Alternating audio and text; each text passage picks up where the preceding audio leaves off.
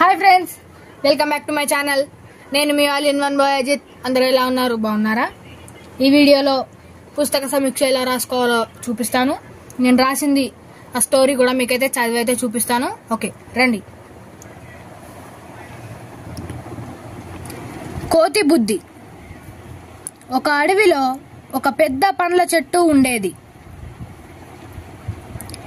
దాని మీద ఒక పెద్ద కోతి ఉండేది.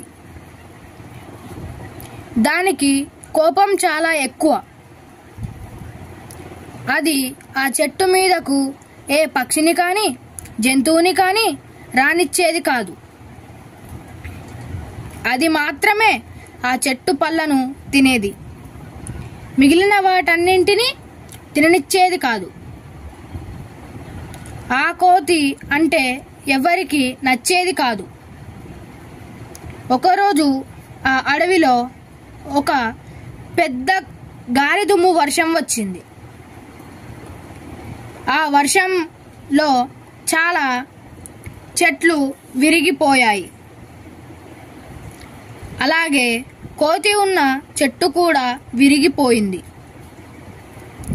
అప్పుడు కోతికి ఎటువంటి ఆశ్రయం లేదు. ఏ జంతువు కోతికి సహాయం చేయడం లేదు.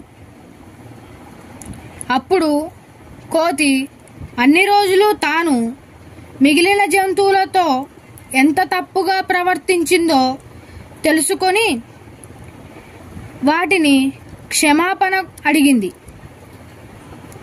వారిని సహాయం కోరింది.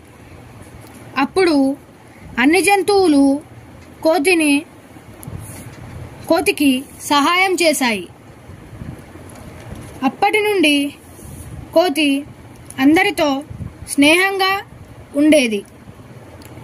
అందరితో కలిసి ఉంటే ఎంత సంతోషంగా ఉంటుందో తెలుసుకుంది. నీతి: కలిసి ఉంటే కలదు సుఖం. దానికి ఈ డ్రాయింగ్ అయితే సరిపోతుంది.